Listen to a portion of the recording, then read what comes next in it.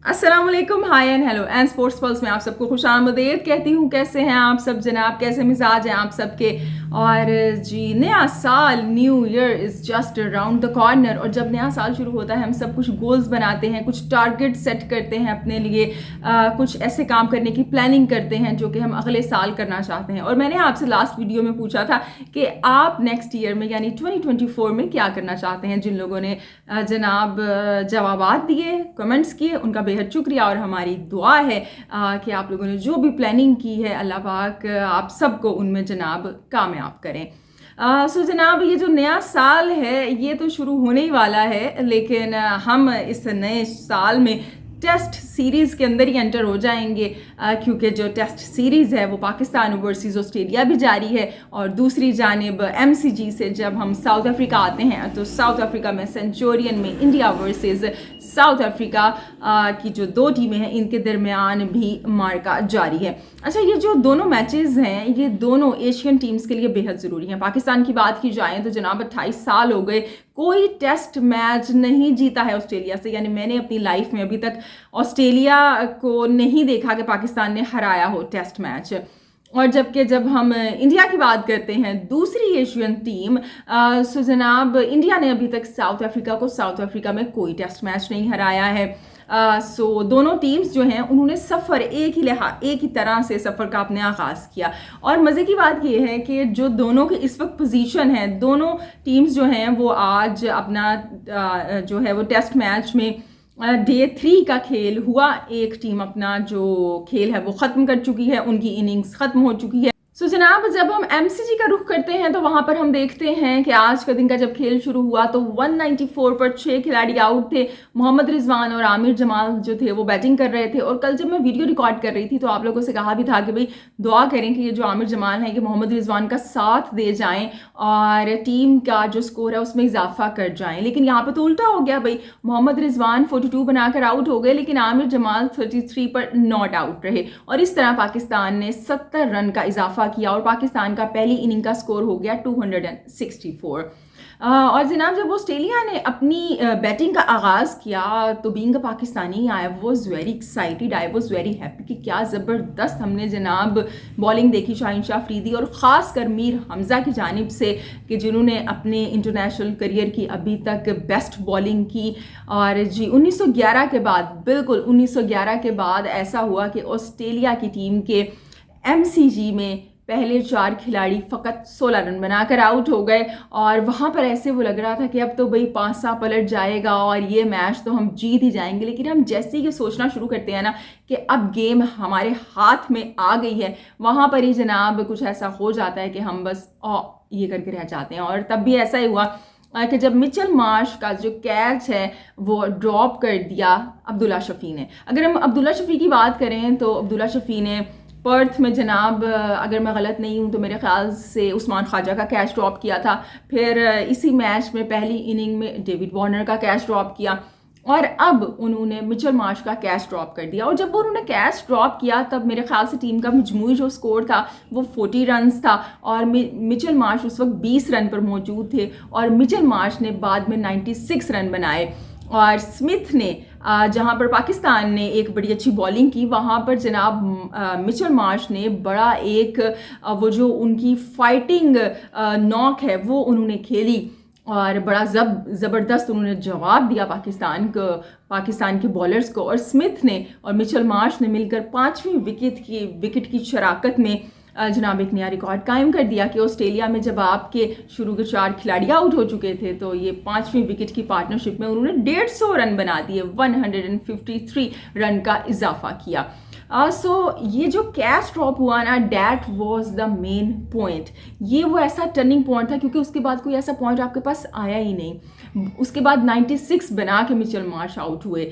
सो अगर वो कैच पकड़ा जाता तो यकीनन सूरत हाल चेंज होती। इस वक्त जनाब ऑस्ट्रेलिया ने 187 बनाए हैं और जनाब उनके 6 खिलाड़ी आउट हैं और 241 रन्स की लीड ऑस्ट्रेलिया को हासिल है यहाँ पर। सो पाकिस्तान के लिए अभी सफ़र आगे मुश्किल है क्योंकि 6 खिलाड़ी आउट हैं और अभी जनाब पैट कमिंस ने भी आना है और दीगर खिलाड़ियों ने आना है। और अब पाकिस्तान के लिए ज़रूरी है कि मज़ीद 30, 35 या 40 रन के अंदर ये जो विकटें हैं 4th डे में ऑस्ट्रेलिया की लें और उसके बाद एक पॉजिटिव स्पिरिट के साथ खेल का आगाज़ करें, क्योंकि फील्डिंग के लैप्सेस जो हैं, अच्छा मैंने ये बात सुनी है और हम सब मानते हैं कि कैचेस विन यू मैचेस, और पाकिस्तान के साथ जनाब हसन अली ने भी यही किया था। जब आप लोगों को याद होगा 2021 का T20 वर्ल्ड कप था, मैथ्यू वेड का कैच ड्रॉप कर दिया था। फिर उसामा मीर ने वर्ल्ड कप में जनाब वार्नर का कैच ड्रॉप कर दिया था और फिर वो सेंचुरी बना के चले गए थे। और अब जो है वो अब्दुल्ला शफी ने ड्रॉप कर दिया। अच्छा, स्लिप पे कैच ड्रॉप कर रहे हैं, बड़ा आसान कैच वो ड्रॉप करते हैं। शान मसूद ने पहले तो उनकी पोजीशन चेंज नहीं की थी, लेकिन जब उन्होंने अब मिचेल मार्श का कैच ड्रॉप किया तो फिर उन्होंने स्लिप में बाबर आजम को ला के खड़ा कर दिया। तो यहाँ पे हमारे जो फील्डर्स हैं, जो कि फील्डिंग के लैप्सेस हमारे हो जाते हैं, उस पर काम करने की ज़रूरत है। आज आके ये जो फिटनेस के इश्यूज़ हैं ना, मुझे ऐसा लगता है कि जब तक आप इन पे काबू नहीं पाएंगे, एज ए टीम आप अपनी एफर्ट पुट नहीं करेंगे, आप कभी भी कोई मैच नहीं जीत सकते हैं। ये फिटनेस के मसले मसाइल लॉन्ग टर्म में तो आपको हॉन्ट करते ही हैं, लेकिन शॉर्ट टर्म में भी यकीनन इस तरह की फिर वो गलतियों का बायस बनते हैं। और कहीं ना कहीं जो अब्दुल्ला शफी हैं वो कहीं ना कहीं उनका जो कॉन्फिडेंस है वो भी लूज़ हो गया होगा, लेकिन उनको बकअप करना पड़ेगा। और ये जो गलती उन्होंने की है, अब अपनी बैटिंग के ज़रिए इसको प्रूव करना पड़ेगा, क्योंकि अब जब पाकिस्तान बैटिंग करेगा तो सफ़र आसान नहीं है। लेकिन पाकिस्तान को चाहिए कि पॉजिटिव अप्रोच के साथ बैटिंग शुरू करें और कम अज़ कम इस तरह की पोजीशन तो आनी चाहिए कि हम ये सोच ही सकें कि हम ये मैच जीत सकते हैं। अभी मैं सुन रही थी, बहुत से लोग बातें कर रहे थे कि जनाब पाकिस्तान मैच जीत सकता है। अगर आप प्रैक्टिकल अभी जो सिचुएशन है, जो मैच की कंडीशन है, उसको देखते हुए बात करें तो मेरा नहीं ख्याल कि अभी उस तरह की कंडीशन है कि पाकिस्तान मैच जीतने की कंडीशन में मौजूद है। जिस तरह की हमारी बैटिंग है और जिस तरह के गबल्ले हम लोग करते हैं, एक विकेट गिरती है और फिर उसके बाद लाइन लग जाती है।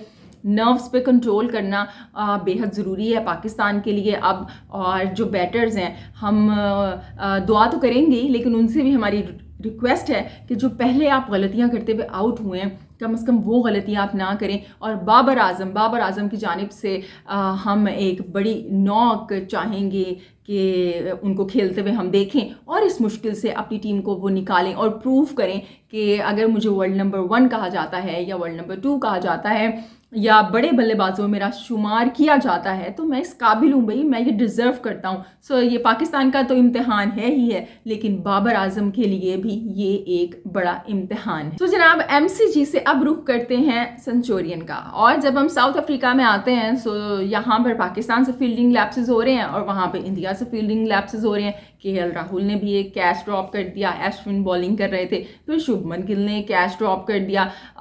सो ये जो फील्डिंग के लैप्सेस है ना, जब तक आप इस पे काबू नहीं पाएंगे मसले मसाइल हल नहीं हो सकते। वर्ल्ड कप का वो मैच के जिसकी मिसाल मैं बार बार देती हूँ और मेरे लिए वो वर्ल्ड कप का सबसे यादगार मैच था कि जो कि ऑस्ट्रेलिया वर्सेस न्यूजीलैंड ने एक दूसरे के मद्दे मुकाबिल दोनों ये टीमें थीं। और बड़ी इस किस्म की सिचुएशन थी कि मैं समझती हूँ कि अगर यहाँ पे न्यूजीलैंड के सामने ऑस्ट्रेलिया के अलावा कोई और टीम होती तो न्यूजीलैंड वो मैच जीत जाती। जब जनाब न्यूजीलैंड ने टॉस जीत कर ऑस्ट्रेलिया को दावत दी थी बैटिंग करने के लिए और ऑस्ट्रेलिया ने 450 का स्कोर बना दिया था, न्यूजीलैंड ने उसके जवाब में बड़ी ज़बरदस्त फाइटिंग स्पिरिट दिखाई थी और 5 रन से जस्ट वो मैच हारे थे। लेकिन वो 5 रन से क्यों हारे थे? वो इस वजह से हारे थे कि सामने ऑस्ट्रेलिया की टीम मौजूद थी और ऑस्ट्रेलिया की टीम की फील्डिंग दैट वाज फिनोमिनल। अगर ऑस्ट्रेलिया की जगह कोई और टीम होती तो ऐसा हो ही नहीं सकता था कि जिस स्पिरिट के साथ न्यूजीलैंड की टीम उस वक्त खेल रही थी वो मैच वो हार जाते, क्योंकि जिस तरह से मिचेल मार्श ने और मार्नस लबेशेंग ने वो जो बिल्कुल ऑब्वियस उनकी बाउंड्रीज थी वो रोकी थी, वो वजह बनी थी कि जिसकी वजह से ऑस्ट्रेलिया वो मैच जीत गई थी। सो ऑस्ट्रेलिया की टीम वो जो मैच जीती थी उसके अंदर उनकी फील्डिंग का बड़ा इंपॉर्टेंट रोल था और फील्डिंग के अंदर ही हम लोग मार खा जाते हैं जी। सो इंडिया की बात यहाँ पे करें, सो कल की अगर मैं बात करूँ तो सबसे पहले तो जनाब KL राहुल ने सेंचुरी बनाई और सचिन तेंदुलकर के बाद वो दूसरे बल्लेबाज बन गए इंडिया के कि जिन्होंने साउथ अफ्रीका में एक ही वेन्यू पर दूसरी सेंचुरी स्कोर की। सो बड़ी अच्छी बात है कि केएल राहुल की जानिब से बड़ी अच्छी नॉक सामने आई, लेकिन जब आए जनाब एल्गर सामने तो वो तमाम जो लाइमलाइट थे ना वो केएल राहुल से अपनी जानिब समेट कर ले गए। सो जनाब डीन एल्गर की हम बात करें तो उन्होंने 185 रन बनाए, बड़ी ज़बरदस्त उन्होंने 185 रन की इनिंग खेली, लाजवाब तरीके से बैटिंग की और लग ऐसे रहा था कि जैसे कि जब साउथ अफ्रीका ने बैटिंग शुरू की तो पिच या कंडीशंस कुछ चेंज हो गई हैं, लेकिन जनाब सब कुछ वही था। जो मेन फ़र्क मुझे ऐसे वो लगता है कि साउथ अफ्रीका ने बैटिंग तो अच्छी की साउथ अफ्रीका के बल्लेबाजों ने, लेकिन यहाँ पे इंडिया के बॉलर्स की जानिब से उस किस्म की बॉलिंग नहीं देखने में आई डैट आई वाज एक्सपेक्टिंग। पहले जब ये बैटिंग शुरू की साउथ अफ्रीका ने सो तब सिराज ने और बुमराह ने बड़ी ज़बरदस्त बॉलिंग की, बड़ी ज़बरदस्त लाइन और लेंथ के साथ बॉलिंग की, मैक्रम को आउट भी किया। लेकिन उसके बाद ब्रेक के बाद जब बॉलिंग शुरू हुई तो ऐसे लगा कि जो बॉलिंग है वो काफ़ी कहीं लॉस्ट हो गई हैं बॉलर्स, लाइन एंड जो लेंथ है वो काफ़ी विविड दिखाई दी और हमने देखा कि जो सिराज हैं और जो शार्दुल हैं, एक ने 4 नो बॉल्स और एक ने 3 नो बॉल्स भी दी। टेस्ट के अंदर अगर आप नो बॉल्स करवा रहे हैं, 7 नो बॉल्स करवा रहे हैं, सो बड़ी हैरानगी की बात है कि क्या आप का लेवल है यहाँ पे बॉलिंग करने का। लेकिन फिर इंडिया ने कम बैक किया, सिराज ने 2 विकेटें भी लीं और इस तरह से जो कि साउथ अफ्रीका है उसको जनाब रिस्ट्रिक्ट किया उन्होंने उनके बल्लेबाजों को। अच्छा, जब मार्को यंसन आए तो मार्को यंसन को साउथ अफ्रीका ने एज ए क्या कहेंगे ना नाइट वॉचमैन के तौर पर भेजा था, लेकिन भाई वो तो नाइट वॉचमैन तो बॉडीगार्ड बन गए। 84 की नॉट आउट इनिंग खेली, सेंचुरी अपनी मेडन सेंचुरी बनाने के वो करीब थे, लेकिन जो बर्गर हैं वो आउट हो गए और जो बुमामा है वो अपनी है जो इंजरी की वजह से वो बैटिंग करने नहीं आ सके। सो जो मार्को यंसन है वो नॉट आउट गए जनाब 84 पर। बड़ी अच्छी उन्होंने बैटिंग की और बड़ी अच्छी स्ट्रोक्स उन्होंने खेली और इस तरह से 406 रन बनाए जनाब साउथ अफ्रीका ने। 100 एंड आई थिंक 63 की लीड उन्हें हासिल थी। यहाँ पे जनाब जो इंडिया है उसने अपनी बैटिंग जो है बल्लेबाजी अभी जब तक मैं वीडियो रिकॉर्ड कर रही हूँ शुरू कर दी है और बुमराह की यहाँ पे मैं ज़रूर तारीफ़ करूँगी कि जिन्होंने 4 विकेटें लीं और जनाब 3.79 की इकॉनमी रेट के साथ, सिराज नहीं बल्कि 2.58 की इकॉनमी रेट के साथ, और सिराज ने 2 विकेटें ली 3.79 के इकॉनमी रेट के साथ। बुमराह ने बड़ी ज़बरदस्त बॉलिंग की, ख़ास तौर पे जो उन्होंने लास्ट 2 विकेटें ली हैं वो अगर वो टाइमली नहीं लेते तो ये स्कोर इससे ज़्यादा भी हो सकता था। सो बुमराह जो हैं वो अगर मैं इंडिया की बॉलिंग की बात करूं, that is the main factor, वो उनके मेन बॉलर हैं और वाकई उन्होंने वो सही किरदार भी अदा किया है। बाकी जो बॉलर्स हैं वो उस तरह से बॉलिंग नहीं कर सके। अगर हम बात करें जो हैं शार्दुल हो गए या दूसरे बॉलर हैं, मुझे उनका नाम नहीं याद आ, प्रसिद्ध कृष्णा, वो उस तरह की बॉलिंग नहीं कर सके। 1 विकेट तो लिया आपने लेकिन प्रॉपर लाइन एंड लेंथ हमें नहीं दिखी, कॉन्फिडेंस नहीं दिखा बॉलिंग के अंदर। मेरे ख्याल से इंडिया इससे ज़्यादा अच्छी बॉलिंग कर सकता था। शामी की कमी यहाँ पर मुझे काफ़ी फील हुई। सो अब जनाब इंडिया ने जब अपनी बैटिंग का आगाज़ किया तो क्या हुआ, तो वो हुआ जो कि मैंने भी नहीं सोचा था, रोहित शर्मा ने भी नहीं सोचा होगा, इंडियन फैंस ने भी नहीं सोचा होगा कि जनाब रबादा ने 8 टेस्ट मैचों में रोहित शर्मा को 7वीं मरतबा आउट कर दिया। इससे पहले भी वो उन्होंने रोहित शर्मा को आउट किया था पहली इनिंग में, और अब जबकि हम सोच रहे थे कि रोहित एक बड़ी यहाँ पे एक फाइटिंग इनिंग खेलेंगे, एक फाइट पुट करेंगे, तो जनाब वो रबादा ने उन्हें डक पर आउट कर दिया।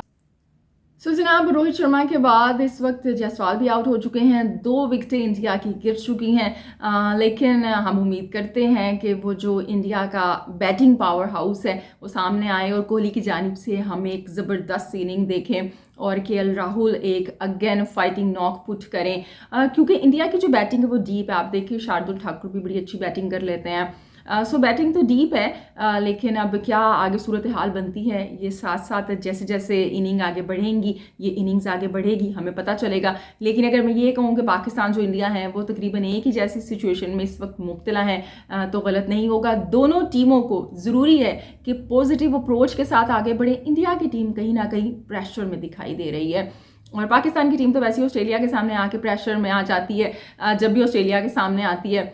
अच्छा, अगर ऑस्ट्रेलिया की यहाँ पे बात हो रही है तो एक इंसिडेंट हुआ आज मैच में, आप सबने भी देखा ही होगा।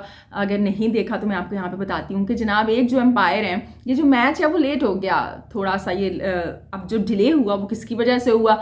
ना ऑस्ट्रेलिया की जानिब से हुआ, ना पाकिस्तान की वजह से हुआ, बल्कि एक एम्पायर की वजह से हुआ, क्योंकि वो लिफ्ट में स्टक हो गए थे जी। 7 मिनट लेट हुआ। फिर जो एक एम्पायर हैं उनको कहीं वॉशरूम वगैरह जाना पड़ा, तो रिजर्व एम्पायर आए। सो ये जो लिफ्ट में एम्पायर स्टक हो गए और 7 मिनट की देरी हुई, जो 7 मिनट का वक्फा आया, मैं सोच रही थी कि अगर यही इंडिया में हो जाता या पाकिस्तान में हो जाता तो एक तूफान आया हुआ होता कि जैसे कि पता नहीं क्या हो गया है कि जनाब हमारे पास प्रॉपर रिसोर्सेज नहीं है, मैनेजमेंट अच्छी नहीं है। और जब इन गोरों के मुल्कों में होता है तो सब चीज़ भाई इट्स ओके होती है कि कोई मसला नहीं है भाई, ये तो इलेक्ट्रिसिटी है, कभी भी धोखा दे के जा सकती है। आई डू रिमेंबर कि एशिया कप में लाइट चली गई थी मेरे ख्याल से, तो इतना हंगामा मचा था कि लाइट कैसे चली गई जनाब कजाफी स्टेडियम की, जबकि इंटरनेशनल मैचेस में इससे पहले हो चुका है। सो एशियन टीम्स को ये लोग टारगेट करते हैं और ये खुद जो अपने मुल्कों में जो मर्जी करते रहें, कोई मसला नहीं है। बल्कि अभी BBL के अंदर जो हारिस रऊफ हैं जनाब हमारे, उनकी जगह कोई भी वो करता, वो एक बड़ी वियर्ड सी चीज़ थी और उन्होंने की, तो हम उसको भी पॉइंट आउट करते हैं। अब एक बात चली है तो उसको भी यहाँ पे मेंशन कर देते हैं कि जनाब जब हारिस रऊफ बैटिंग करने के लिए आए, सो वो बिल्कुल आखिरी एक बॉल रह गई थी, सो वो जनाब अपने पैड वगैरह लगाए बगैर आ गए, हेलमेट भी वो ग्राउंड में आके पहन रहे हैं। ये प्रोफेशनलिज्म है। अब कोई उनसे पूछे भाई कि अगर आप आए हैं, 9 बॉल हो गई तो क्या करेंगे आपको अगर खेलना पड़ गया तो फिर अपनी लीग्स के अंदर, अपने मुल्कों के अंदर ये जो मर्जी करते रहें, लेकिन जब PSL हो, जब IPL हो, या जब पाकिस्तान के अंदर आए या इंडिया के अंदर आए, हर चीज़ भाई इन लोगों को परफेक्ट चाहिए होती है, वरना जो इनका मीडिया है ना, सारी तोपों का रुख हमारी जानिब कर लेता है। बहरहाल जनाब ये है आज की वीडियो। दोनों टीम्स को, पाकिस्तान को और इंडिया को, मेरी जानिब से बेस्ट ऑफ लक है। हम चाहते हैं कि ये जो एक जिंक्स है ये टूटे और जो पाकिस्तान है वो मैच जीते ना, लेकिन कम से कम ड्रॉ करने में तो कामयाब हो जाए, और इंडिया जो है वो भी जनाब साउथ अफ्रीका को साउथ अफ्रीका में हराने में कामयाब हो जाए। जी, अब आपसे कल मुलाकात होगी। अपना ढेर सारा ख्याल रखिएगा, हंसते मुस्कुराते रहिएगा, क्योंकि आप मुस्कुराते हुए बहुत अच्छे लगते हैं। अल्लाह ही के